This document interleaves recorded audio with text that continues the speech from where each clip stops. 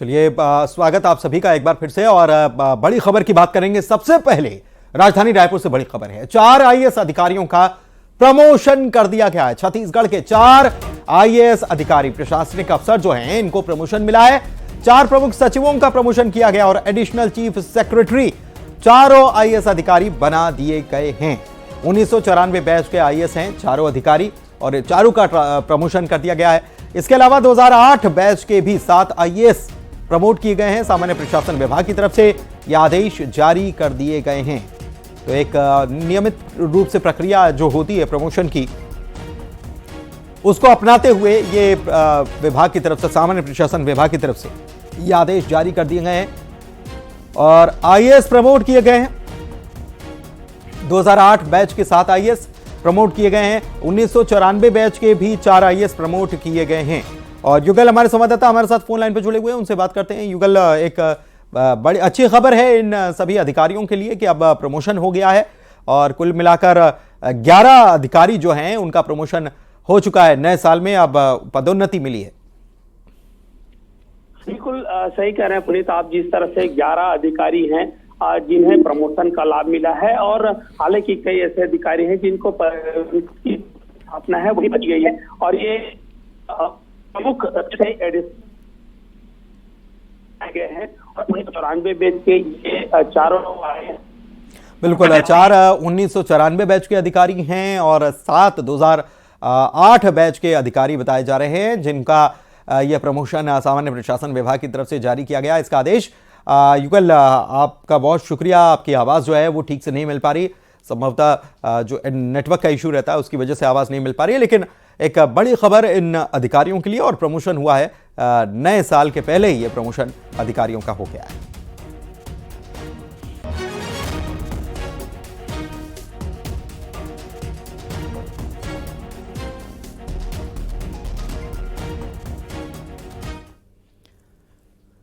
और चलिए बढ़ते हैं आगे और बात अगली खबर की करते हैं। बलौदाबाजार से खबर है जहां पर 2 बड़ी घोषणाएं सीएम विष्णुदेव साय ने की हैं। 2 घोषणाएं की गई हैं। एक तो उन्होंने ये घोषणा की है कि सेमहराडीह में उप स्वास्थ्य केंद्र बनाया जाएगा और साथ ही साथ छात्र दीपक वर्मा जो हैं उन्हें 25,000 रुपए आर्थिक रूप से सहायता के लिए दी जाएगी। आर्थिक रूप से कमजोर छात्र की मदद करने का ऐलान मुख्यमंत्री ने किया है और सीएम विष्णुदेव साय ने यह मदद की घोषणा की है। आज बलौदाबाजार में उनके द्वारा यह घोषणा की गई है।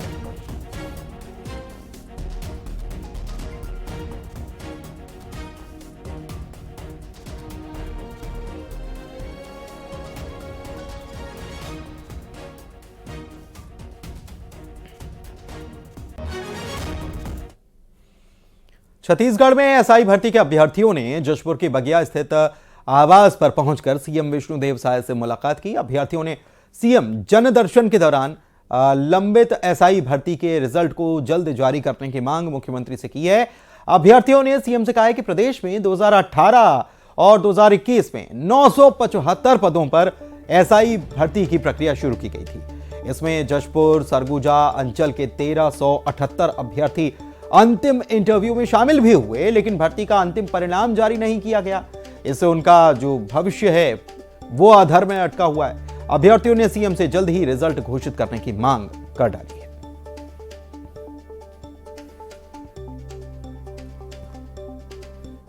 छत्तीसगढ़ में विधानसभा चुनाव में जीत हासिल करने के बाद बीजेपी की नजर लोकसभा चुनाव पर है। पार्टी ने अभी से लोकसभा चुनाव की तैयारियां शुरू कर दी हैं। इस सिलसिले में आज राजधानी रायपुर में सीएम विष्णुदेव साय और मंत्रियों की राष्ट्रीय सह संगठन महामंत्री के साथ बैठक हुई, जिसमें लोकसभा चुनाव की तैयारियों पर बातचीत की गई। बैठक में प्रदेश अध्यक्ष किरण सिंह देव और सीएम विष्णुदेव साय ने प्रदेश में मिली जीत का श्रेय कार्यकर्ताओं को दिया और लोकसभा चुनाव में प्रदेश की सभी 11 सीटें जीतने का संकल्प भी लिया। विधानसभा चुनाव में भी कांग्रेस पार्टी लगातार दावे कर रही थी 75 पार। उनके दावे आपने देखे हैं और पिछला लोकसभा चुनाव हमने कांग्रेस की सरकार बनने के लगभग 4 महीने बाद ही लड़ा और 11 में से 9 सीटें हमने जीती थी और इस बार 11 की 11 लोकसभा सीटें भारतीय जनता पार्टी जीतने वाली है। और बैठक के बाद डिप्टी सीएम अरुण साहब ने कांग्रेस पर तंज कसा और कहा कि विधानसभा चुनाव में कांग्रेस 75 पार का दावा कर रही थी। लोकसभा चुनाव में बीजेपी सभी 11 सीटों को कब्जा करेगी, जीतेगी। चलिए बढ़ते आगे और बात अगली खबर की करते हैं। छत्तीसगढ़ के स्वास्थ्य मंत्री श्याम बिहारी जायसवाल मंत्री बनने के बाद पहली बार मरवाही के दौरे पर पहुंचे थे, जहां पर समर्थकों ने उनका जोरदार स्वागत किया।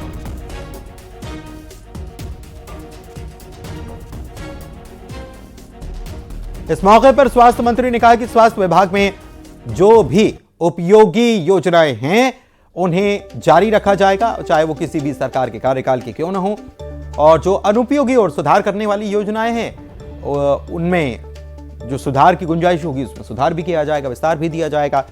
श्याम बिहारी ने कहा कि बस्तर समेत पूरे छत्तीसगढ़ में स्वास्थ्य योजनाओं को नई ऊंचाइयों पर हम ले जाएंगे।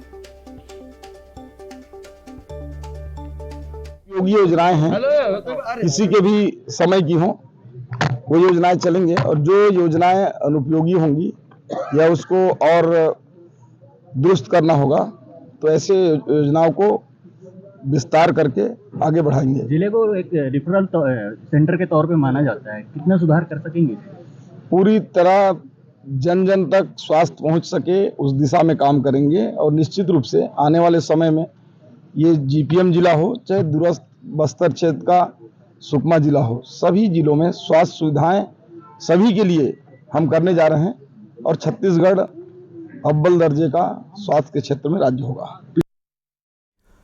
छत्तीसगढ़ में बीजेपी की सरकार बनते ही अतिक्रमण के खिलाफ बुलडोजर एक्शन में आया हुआ है, और इस कड़ी में आज भिलाई में फिर से अतिक्रमण के खिलाफ नगर निगम ने बुलडोजर चलाया है, और इसके तहत सुपेला संडे बाजार में अतिक्रमण कर किए गए निर्माण को हटा दिया गया। अतिक्रमण हटाने के लिए 2 दिन पहले नगर निगम की टीम ने यहां निशान लगा दिए थे। कार्रवाई के दौरान मौके पर बड़े पैमाने पर नगर निगम और पुलिस के अधिकारी कर्मचारी मौजूद रहे। व्यापारियों को निर्धारित सीमा में ही अपना व्यवसाय करने की नसीहत दी गई है, और यातायात व्यवस्था को व्यवस्थित रखने के निर्देश भी दिए गए। भिलाई के संडे मार्केट में आज नगर निगम का बुलडोजर चला है। कई दुकानदार जो है अतिक्रमण कर लिए थे, जिनको आज ध्वस्त किया गया है। आपको दिखाना चाहूँगा कि दुकानों के सामने जिनका भी अतिक्रमण था, आज निगम के बुलडोजर ने यहाँ पहुंचकर उनको ध्वस्त करने की कार्रवाई की है, क्योंकि लगातार ये शिकायतें प्राप्त होती थी कि यहाँ पर जो संडे मार्केट लगता है, जहाँ पर अतिक्रमण की वजह से लोग जो है वो सड़क पर उतर आते थे, और सड़क पर उतर आने के बाद में वे व्यवसाय किया करते थे। इस वजह से जो ये सबसे प्रमुख सड़क कहलाती है, ये वैशाली नगर की सड़क कहलाती है, वैशाली नगर को जोड़ने वाली ये सड़क कहलाती है, जो पूरी तरह से व्यापारियों के व्यवसाय के कारण यहाँ पर यातायात अवरुद्ध हो जाता था। इस वजह से इसकी कई बार शिकायतें की गई थी, लेकिन कोई हल नहीं निकला था।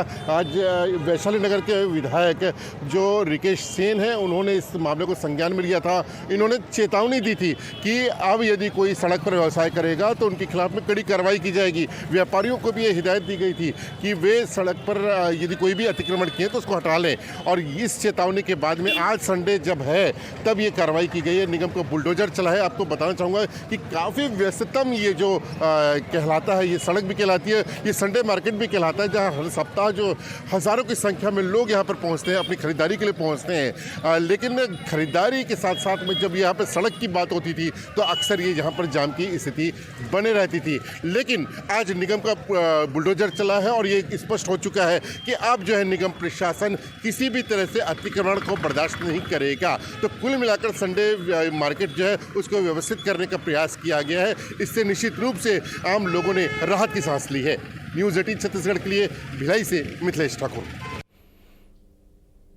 और रायगढ़ की बात कर लेते हैं। नए साल के पहले दिन नए साल के एक दिन पहले ही ट्रक यूनियन ने हड़ताल पर जाने की चेतावनी दे डाली है।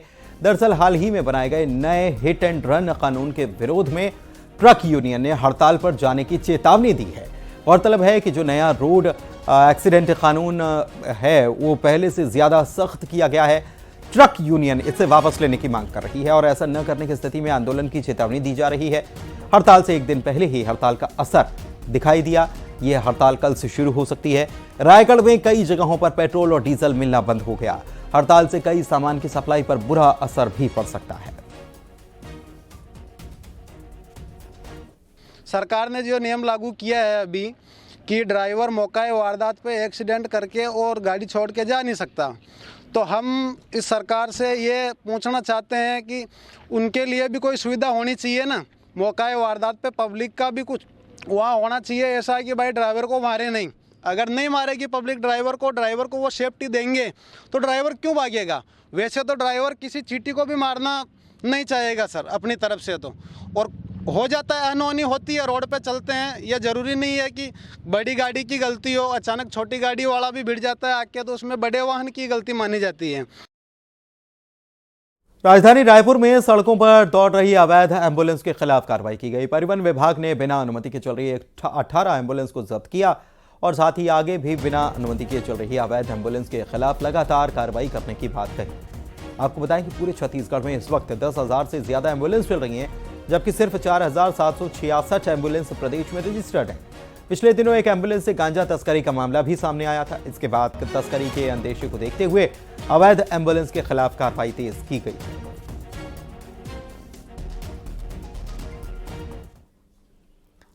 अंबिकापुर में एक बस की स्लीपर सीट पर एक युवक का शव पाया गया। रायगढ़ से अंबिकापुर जा रही बस की स्लीपर सीट पर युवक सोकर यात्रा कर रहा था।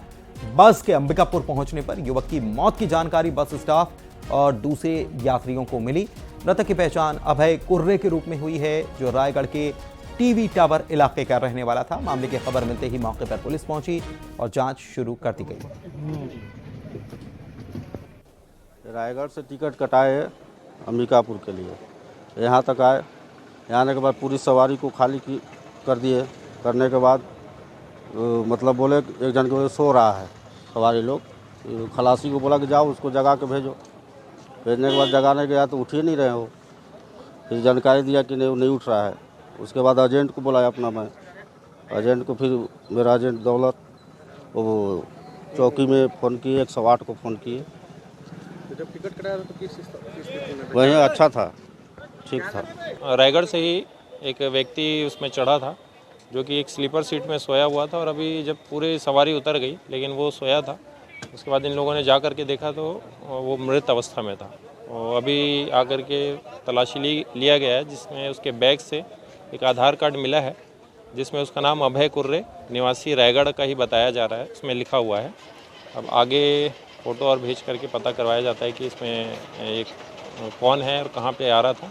इसके परिजनों की तलाश करके आगे कार्रवाई की जाएगी। इससे क्या समझ में आ रहा है? अभी तो कुछ बताना संभव नहीं है, वो मर्ग जांच और पीएम के बाद ही पता चल पाएगा।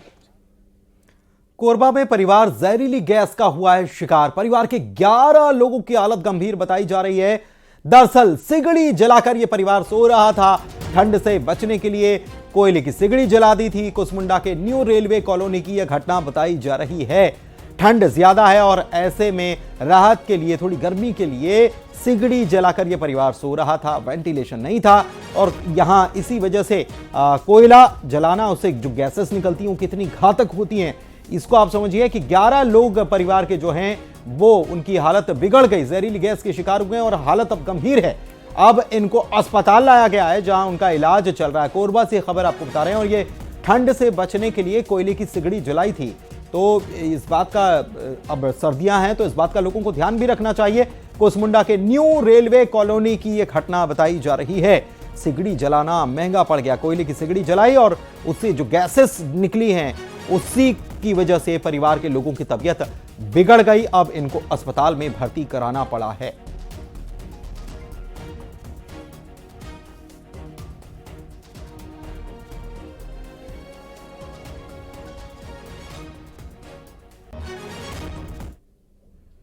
छत्तीसगढ़ में बिना फिटनेस के कंडम बसें यात्रियों को लेकर सड़क पर फर्राटे भर रही हैं, दौड़ रही हैं। जगदलपुर से रोजाना पड़ोसी राज्यों की ओर 35 से 50 बसों को, ऐसी ही बसों को चलाया जाता है और संभाग भर में 200 से ज्यादा बसों का संचालन होता है। बस्तर पुलिस ने सभी बस मालिकों को 1 जनवरी तक का समय दे रखा है। अब अपने अपने सभी बसों में फायर बॉक्स और सभी संशोधन को व्यवस्थित वे कर लें। कंडम बसें जो हैं सबका परमिट और सारी चीज़ें, डॉक्यूमेंट्स के साथ साथ सारी चीज़ें व्यवस्थित होना चाहिए। और अगर ये नहीं हुआ तो फिर चेकिंग अभियान चलेगा और बसों का परमिट कैंसिल हो सकता है। कि जो बसें चल रही है वो बसों में क्या सुविधा होनी चाहिए, अगर आगजनी की घटना होती है तो उसमें उस तत्काल ही उस पर काबू पाने के लिए क्या व्यवस्था की गई है। मैं मौजूद हूँ, अभी ये राजधानी जाने वाली बस है। आइए बात करते हैं यात्रियों से और बस ड्राइवर से।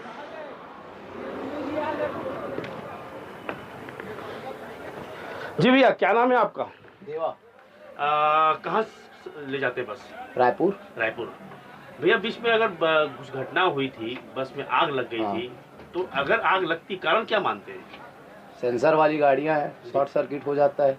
उसके कारण इसमें इतनी सारे सेंसर दे दिए हैं अभी, उसके अंदर शॉर्ट सर्किट हो जाता है, उसके कारण लग जाता है। अचानक आग लगने से क्या सुविधा क्या करते हैं आप लोग? फायर एक्सटिंग्विशर और सबसे पहले बैटरी कनेक्शन ऑफ कर दो।